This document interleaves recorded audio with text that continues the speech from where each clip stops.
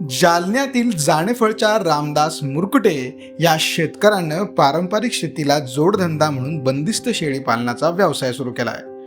मुरकुटे यांनी 2 वर्षापूर्वी बंदिस्त शेळी पालन सुरू केलं. यातून त्यांना वर्षाकाठी शेळ्यांची विक्री, दूध आणि खत विक्रीतनं 1 लाखांपेक्षा अधिकचा नफा मिळतोय. म्हणजे जवळपास महिन्याकाठी त्यांची 10,000ची कमाई होते आहे. सध्या मुरकुटे यांच्याकडे लहान मोठ्या अशा 30 शेळ्या आहेत.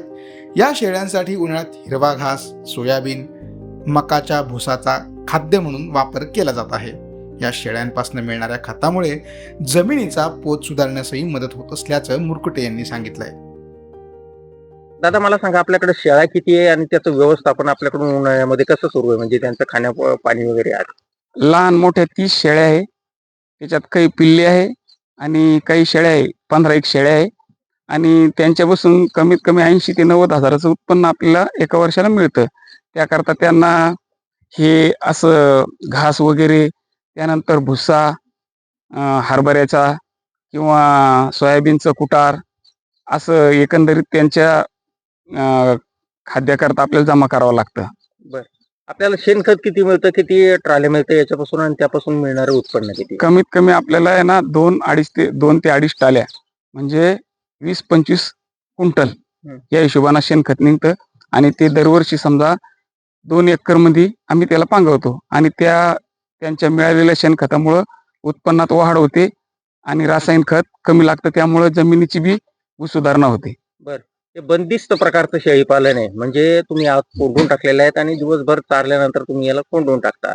तर याच्यासाठी किती खर्च आलेला आहे? आणि या शेडमध्ये जे लिंब आहे, लिंबाच्या झाडामुळे त्यांच्यासाठी दिवसभर सावलीची व्यवस्था होते उन्हाळ्यामध्ये, हे कितपत चांगलं आहे त्याच्यासाठी?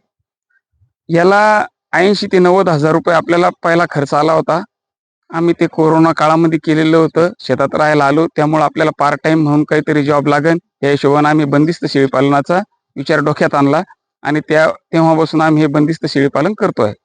शेळ्या आणि शेणखत याच्यापासून वर्षाला किती उत्पन्न मिळतं आणि ते तुम्हाला किती साथ देतो उत्पन्न वर्षभरावर? शेळ्यांपासून समजा 80 ते 90 हजार रुपये उत्पन्न मिळतं आणि घरचं दुधाचा प्रश्न मिटलेला आहे.